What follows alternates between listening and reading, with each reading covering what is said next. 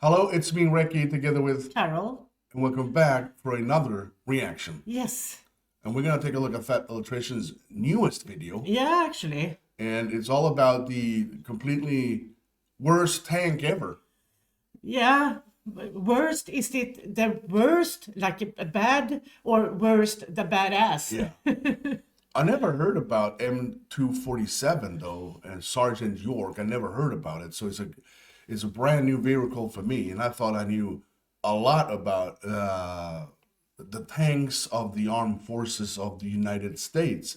So it's gonna be a treat, definitely. Well, I don't know anything about anything. Well, not anything. If you do enjoy the reactions with the Recky and Carol, don't forget to hit the like and subscribe. That's something we would greatly appreciate. And of course, if you want to check out the Fat Electrician by yourself, strongly suggest that you do.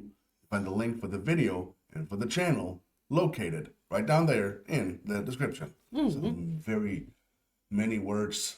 Yeah, all right. I'm going to shut up now and let's watch some videos. All right, let's align ourselves so you guys can actually see us. And let's do this. Well, this is definitely one of the tanks of all time. Today we're talking about the M247 Sergeant York. For all intents and purposes, it is a futuristic anti-aircraft tank. Yeah. You're so dumb, it's not a tank, it's a SPAG, a self-propelled anti-aircraft gun. Yeah, no, I'm aware, I just call it that because it's an armored vehicle with tracks and a big gun, which to 99.9% of people on the planet, it's a tank. Plus, I refuse to call it a SPAG because it sounds like a slur, okay? And if you don't believe me, if a tanker drives a tank, what is somebody that drives a SPAG called? Now go call somebody that in public and see if you get slapped, all right? Just make it easy for everybody, call it a tank. Anyways, the Sergeant York is an anti-aircraft tank equipped with two 40mm Bofors capable of firing 240 rounds per minute. It's capable of firing a variety of different rounds, including a proximity fuse version, which we covered a couple of weeks ago, and if you watch that video, you would know that 240 proximity fuse rounds coming at you would be a pretty formidable opponent for any airborne adversary. But it gets better because the Sergeant York is going to be equipped with a state-of-the-art radar system capable of So proximity fuse. I thought I saw your face. Yeah. That you didn't understand. Proximity fuse is like, let's say I'm shooting at something, and as soon as this bomb gets close to, it can feel something that's close to it, then it explodes. Oh. So if I go like this, it doesn't feel the airplane, but if I go close like this, it explodes as soon as it gets close to it. Oh, wow. So the shrapnel from that bomb is going right into the plane. Yeah. That's what he's talking about, a proximity fuse. Okay. of tracking up to 48 different targets at any given moment, then automatically prioritizing which target is the biggest threat, and then it was going to send the signals to the turret to auto track and lock onto that target, and all the gunner has to do is pull the trigger. Okay, if you're not picking up what I'm putting down, I'm trying to tell you that America tried to create an anti-aircraft tank that was running on an aimbot. Okay, the key word here being trying, because that's not quite exactly what happened, but we're going to get into that right after a word from our sponsor. This video is brought to you by Conflict of Nations, a free online PvP military-based strategy game. It is a World War III type scenario where you can pick your favorite country, or you can pick a state inside of the United States, because let's face it, that's the only way it's going to be fair to everybody else. Personally, I like to play Iowa for obvious reasons, and every single time my first order of business Yes. Yeah. I mean, really, you have to pick a state, not the country, a state, Yeah. because it wouldn't be fair. is attacking cold California. I mean, Diet Canada. I mean, Minnesota. Once we turn Minnesota into Upper Iowa, I would usually turn my sights directly to Canada, but let's face it, at this day and age, Kendrick Lamar and the U.S. hockey team has already done that for me. Let me hear you say, Now remember, this is a strategy-based game. You can be diplomatic, form an alliance, and work together. I mean, you could. I'm not gonna. I'm gonna build up my army with tanks, jets, and nuclear submarines and turn my sights to Nebraska and prove once and for all that our corn is better. And I know what you're thinking. How on earth are nuclear submarines gonna help in a battle between Nebraska and Iowa? They're not, but they're also cool, so shut up. Anyways, if you want to give it a try, it's available on both PC and mobile. And if you use my link and discount code down below, you're gonna get a 1-month free subscription and 13,000 free gold. Let's get back to the video. All right, so in order to understand the Sergeant York, we've got to have a little bit of the history of air defense as a whole. So once upon a time, airplanes were invented. They were then used in warfare. Everybody kind of looked up at the sky and went, huh, that's new. But luckily, new problems usually require the same old answers. hey, Shoot that guy. Now we're talking like World War I, right? Warfare at this point in time, not that sophisticated. As far as weapons go, you've pretty much got guns and then bigger guns, right? There's no drones, there's no Hellfire missiles, none of that shit. So people just started shooting at it with whatever they had, everything from machine guns to 90mm artillery. And for America, one of the most effective weapons against planes proved to be none other than the Browning M250 caliber machine gun created by none other than America's patron saint of hole punching, John Moses Browning. Now, does that seem a little crude by today's standard, where we have specialized missiles and ammunition that know where the plane's at and blow up and track down the aircraft and blow it out of the sky? Absolutely, but it's perfect because it follows the KISS principle, right? What's the problem? Fast-moving planes are hard to hit. Cool, let's just shoot at it a lot with a machine gun. We'll hit it eventually. It's accuracy by volume. So World War II rolls around. Planes get even faster. What do? We just shoot at it even more. You know what shoots more bullets than a single Browning M250 caliber machine gun? 4 Browning 50 caliber machine guns operating off of one trigger inside of the M45 quad mount. Okay, this thing was like Frank's Red Hot, all right? We put that shit on everything. We were putting it on trucks, on armored personnel carriers. We had trailers that we'd pull behind the Jeeps. It was everywhere. And the cool part about this, other than the fact that it's 4 50 caliber machine guns, is while it may not be the best thing around for shooting a plane out of the air for that very narrow application, it was a really good option for pretty much any problem that you could run into on the battlefield, right? You've got 4 50 caliber machine guns pointed up at the sky looking for enemy planes. There's no enemy planes, but there's a bunch of enemy soldiers over there. Oh, there were a bunch of enemy soldiers over there. And that's why the M45 quad mount stood the test of time, because we were still slapping this thing on the back of trucks during Vietnam. We weren't really shooting down a lot of planes with it, but you know what? Every time the trees started speaking, John Moses Browning had something to say back. Did you chop down this tree?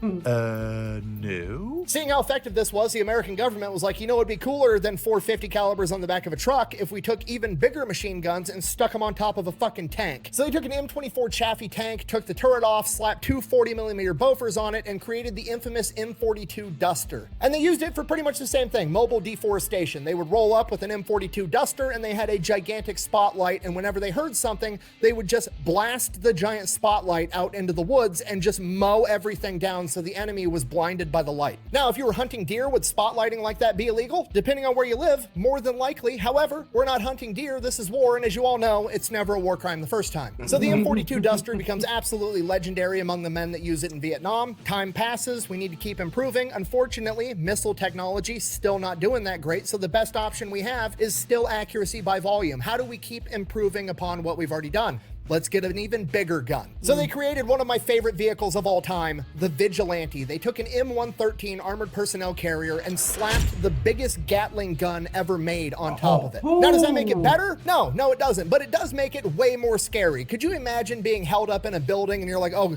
the Americans are here, and then they pull up with that monstrosity and a guy flips a switch and all those barrels start spinning right before that thing starts pissing 3,037mm rounds per minute at your building?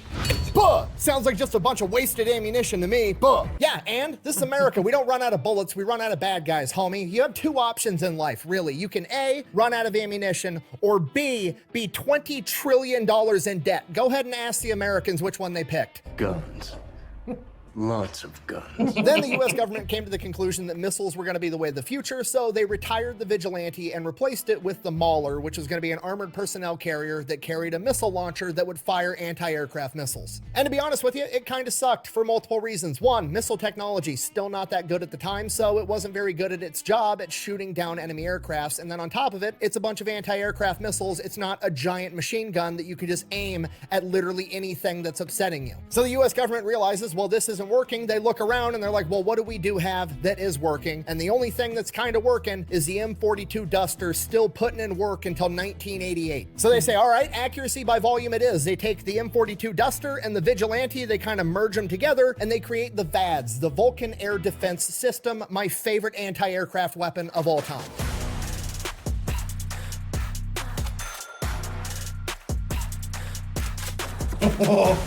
They took the same M113 personnel carrier and then slapped a 20mm Vulcan rotary cannon on top, capable of firing 6,000 rounds per minute. And again, it works kind of okay on enemy aircraft and even better on enemy everything else. Do I have any examples of this? Why, yes, I do. In 1989, during Operation Just Cause, when the United States military went into Panama to remove the dictator Manuel Noriega, a bunch of his men were held up inside of a headquarters building, surrounded, to which the American forces told them, hey, you should probably go ahead and surrender, to which they were like, Nah. To which the American commander said, all right, get the Vulcan up here. Go ahead and fire a warning shot at the front door. Fire a warning shot. Gunny, but it's an M224 60mm mortar. I don't give a shit.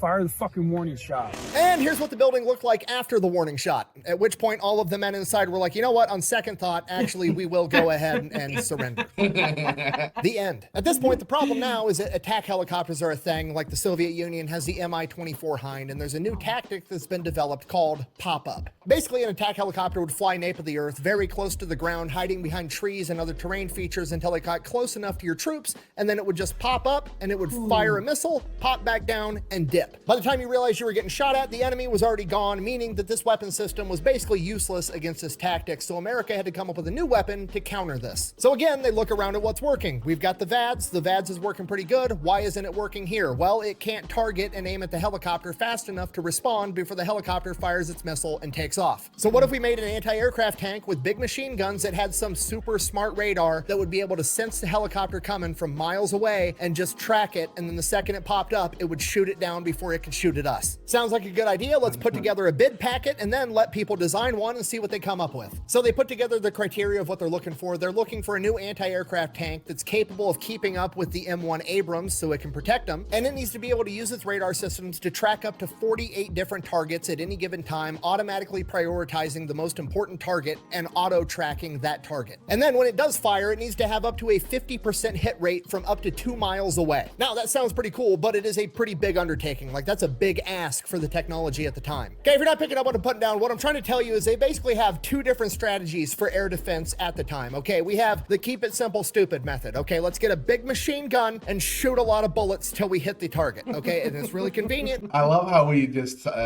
try to explain it on a more dumber level. So you get, because American is still, I'm picking up like 95% of what he's talking about and in any given time. But I love when he goes down because that's when he gets so super funny. Yeah, absolutely. Because not only is it good for shooting down planes, machine guns work on pretty much everything, so it's a very versatile weapon. And then we have the cutting edge technology option, you know, things like missiles. Historically, they haven't worked that great up until this point because, well, missile technology just isn't that good. But the technology is gonna get better eventually, right? But even then, the problem still remains that you now have a big weapon system with a very, very specific, narrow skill set that it needs to be used in, right? If you have a fucking tank that shoots anti-aircraft missiles and you're in a firefight with 300 guys on the ground, it's not really that helpful. So what if we merged the two together? What if we took the desired accuracy of a missile and then applied it to a couple of giant machine guns? Basically, what if we stuck an aimbot inside of the M42 Duster? It would be the perfect weapon. So they have the perfect plan. They have the perfect vision. The only problem is this is a pretty big ask for the technology of the late 1970s, early 1980s. So obviously, we're just going to let the engineers with the military contractors do their thing and build the weapon the way we want it. No, absolutely not. The government steps in and is like, no, we need to cobble this thing together with a bunch of old shit that we've got laying around. My offer is this. Nothing. This new super advanced anti-aircraft tank needs to be made out of the hull of an old Patton tank from World War II. In addition to that, instead of developing a new radar specifically designed for this mission set, I want you to just take a radar out of an F-16, you know, the radar for a fighter jet that's used to operating in open airspace with no objects around it whatsoever. Yeah, I want you to take that radar, shove it in this thing that's sitting on the ground, surrounded by other solid objects to fuck with the radar and just make it work. So 5 contractors get selected. Sperry, the same guys that made the Vigilante, Raytheon, General Dynamics, Ford Aerospace, and General Electric all get to work on making a prototype. In the meantime, we got to come up with a cool name, right? Okay, it's going to be the super badass state-of-the-art tank. It's going to be just like this expert marksman with an aimbot inside of it that's capable of shooting and auto-tracking anything. What should we name it after? I know the answer. Let's name it after Alvin York, aka Sergeant York, the World War I hero that was a renowned sharpshooter. Makes perfect sense. That's a great name from a great man. Now we just have to build a tank that lives up to that name, and to be honest with you, we're off to a horrible start. So blueprints for the prototypes get submitted. They pick the 2 best options. Those are from Ford Aerospace and General Dynamics. So they go ahead, they give Ford and General Dynamics $79 million each to build their prototype, and then they send them into testing to go head to head. In testing, they have the tanks out on the field. They have a bunch of drones drones fly by, the General Dynamics tank shoots down 19 drones, and the Ford tank shoots down 9. So naturally, they give General Dynamics the bid. I'm just kidding. They give it to Ford. Why the fuck would they do that? Well, apparently, they went ahead and decided that they liked the idea of having the 40mm ammunition that Ford was using over the 35mm ammunition that General Dynamics was using, even though the bid specified it could be any caliber between 30 and 40mm. Here's what I heard. Blah, blah, blah, size, bigger. And bigger is better. So Ford goes ahead and they get the bid with their tank that was literally less than half as effective as the General Dynamics version. So Ford then goes, takes the money, builds 4 prototypes, and then starts manufacturing like 150 more of these things. The prototypes get put into testing and they perform absolutely terrible. Now, the Sergeant York tank is supposed to be able to use its radar to lock onto enemies in 2 different ways. One, it can track motion, ideally the props on a helicopter spinning, and it'll lock onto that. And the backup is that it's got thermals so it can lock onto heat signatures. Again, this is being powered by a radar that's out of an F-16, which was designed to operate in open airspace. So that radar is confused by trees and buildings, and if the guns aim up, the gun barrels interfere with the radar as well. So it's pretty much confused about everything. Tree? I am no tree. If that wasn't bad enough, due to all the added weight from the 240mm Bofors and the radar and all the other equipment that's packed inside of this thing, it weighed way more than it was supposed to, meaning that it was too slow to keep up with the M1 Abrams, which was its entire point for existing. Eventually, some politicians start asking questions, which means journalists start asking questions, then they start writing articles, and then there's public outcry that the government's wasting money on this tank. So in 1984, the Secretary of Defense, Caspar Weinberger, steps in and he's like, you know what? We're going to figure out if this thing actually works with even more testing. And this testing is going to cost $54 million.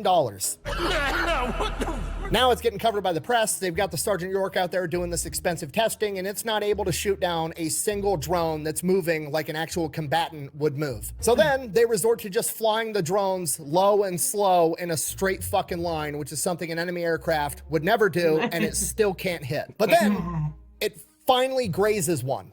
But I ticked it. It hit the back. You're still out. You're still back. Now, it doesn't shoot the drone down, but it did damage it. And according to protocol, the dude running the drone immediately hits the self-destruct button to blow it up. That way the drone didn't fly off and crash into something important, which is exactly what he was supposed to do. But all the journalists that were there interpreted that as the Army trying to rig the testing to make the Sergeant York look like it was effective. So now there's even more public outcry that we need to quit wasting money on this tank because the Army has invested billions upon billions of dollars in this thing and it simply doesn't work. So then they go out and they have the helicopter drone just hover, which is something that would never ever happen, but that's what they do. And the York still cannot shoot down the drone. So then they add a bunch of radar reflectors to make it even more obvious to the York's radar where this helicopter is and have it be completely stationary. One of the lead journalists on this story described this as the equivalent to, and I quote, testing a bloodhound's ability to track a man by covering him with beefsteaks and standing him still alone upright in the middle of a parking lot. And the Army is like, no. It works. It works and it's awesome. You know what we're going to do? Let's go. We're going to have a bunch of British officers and Australian high-ranking officers and Congress people that doubt us and bring them out to the field, and we're going to put on a demonstration and show them how awesome this thing is. And you know what? While we're at it, you know who else would love to see how effective this tank is? Alvin York's widow, who is 82 years old. We should bring her out here with Congress and show off the awesome tank that we named after her husband. Oh, so that's what they do. They go out to goodness. the training field. They get a nice set of aluminum bleachers, you know, the ones that burn your ass every time you go to your nephew's Little League game, those ones. And they set them out there. They get Congress, a bunch of high-ranking foreign military guys, and Alvin York's widow sitting out there looking at the Sergeant York on the practice field. And the only thing in eyesight is the latrine. The demonstration kicks off. The first drone's flying by. The operators inside the Sergeant York turn on the radar. It's supposed to auto lock onto the helicopter. It's literally the only thing that's moving. And instead of beaming up to lock onto this helicopter drone, it immediately pans over and aims at the latrine because it sees the movement from the exhaust fan and interprets that as the closest viable target and aims at that instead. Drone finishes its flyby. Nothing happened. Okay, drone loops back around to do another flyby. Operators inside the Sergeant York are like, okay, rough start. No big deal. We locked onto the shitter instead of the helicopter. It's fine. Let's switch over to heat signature. So they switch over to lock onto a heat signature, and it does Bleacher. exactly what it was programmed programmed to do. It locks on to the closest heat signature, which is not the helicopter, it's the hot-ass bleachers with all the congressional members and Alvin York's Widow on it. So now Congress and Alvin York's Widow are looking down the barrels of two 40mm Bofors, at which point everybody begins running and jumping off of these bleachers for obvious reasons. Some of the Congress people and military officers get hurt, they twist their ankles, whatever, and obviously this ends up being the end of the Sergeant York program, and it is considered a gigantic failure. What, are we returning Chris? Keep my name out your mouth. Today, there's only a couple left in existence. There's one in the Alvin York Historical Park in Tennessee. Oh my God, so funny. And the other one is inside of the Air Defense Training Facility at Fort Sill, both of which stand as gigantic 54-ton, $8 billion examples of you should probably just follow the KISS principle and keep it simple, stupid. Speaking of the Air Defense Training Facility, I do have to give a special thank you to Corey, the curator of that facility, and Fort Sill as a whole for letting me and my friend Ethan, Mr. Habitual Line Crosser here on YouTube, to come on to post and get an exclusive tour for our new Pepperbox exclusive TV show, Habitually Fat. That tour is where I got a lot of this information, and we filmed the entire thing, and that is our first episode ever, and it is up on Pepperbox right now if you wanted to go check it out. Aircraft circles back around. Now we're using the heat seeking option. And so this thing again, switch the system on, everything checks out immediately. We pick up 2 targets. Now the catch is we've got an aircraft inbound, but we've also set up some nice aluminum bleachers off here, off to the side, and it begins to track on those aluminum bleachers. And Congress finds themselves looking down the barrels of 2 hot 40mm. At that point, basically, they jump off of the bleachers. You get sprained ankles. When you hurt Congress, that's going to be the end of your program. It worked perfect. Why are they mad? It worked perfectly, just not. On the shit house and the politicians. It's perfect. It's a perfect machine. It hates piles of shit. It's awesome. This is my new favorite tank. Other than that, thank you for watching. Best way to support the channel is go buy some merch over at thefatelectrician.com. Quack bang out. Oh yeah, and don't forget to go check out Conflict of Nations. You get to pick your favorite country, mainly America, or, you know, if you like losing, you can pick somebody else. Don't forget to use my code to get all the freebies. I'm gonna go find a beer. Oh, wow. Yeah, hold on. You never know about this guy. Uh-huh.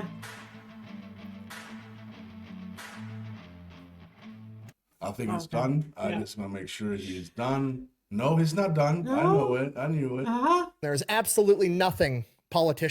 I'm gonna go find a beer. Good. I know he's not done. Okay. I know how he works.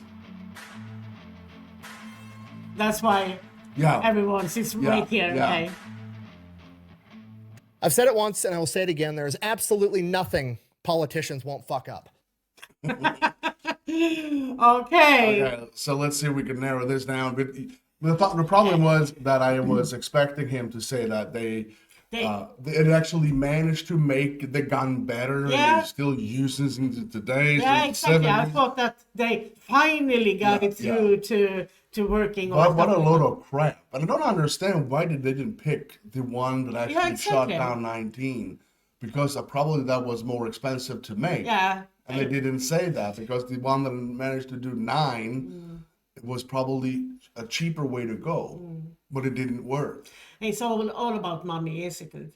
And I love the fact that they tested and tested. It's gonna work. We gotta make it happen. And they just turned on the politicians and the shitter. That was absolutely hilarious. I loved every second of this video. I would have been using that shitter if I were there. No, that's note to self. If that tank is close, don't use the shitter or the bleachers. Just don't go. Just don't go. A huge thank you to Fat Electrician for keep making some of the best content, at least for me, on the YouTube. I like his way of telling a story. You just fell in. I forgot that we were recording. Just away. It's interesting. If you want to check it out by yourself, you find the links for the video and for the channel located right down there in the description.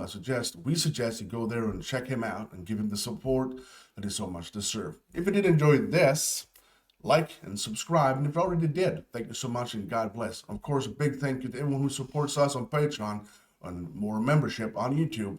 No matter what tier, you guys rock, and thank you so much. Same goes to the GoFundMeers, the Super Thankers, the PayPalers, and of course, we have the best community. You can see that in the comments. Share the love. We love that. Thank you. And that will be the end of it. Yeah. Thank you so much for watching. I'm Recky. And I'm Carol. You Stay safe.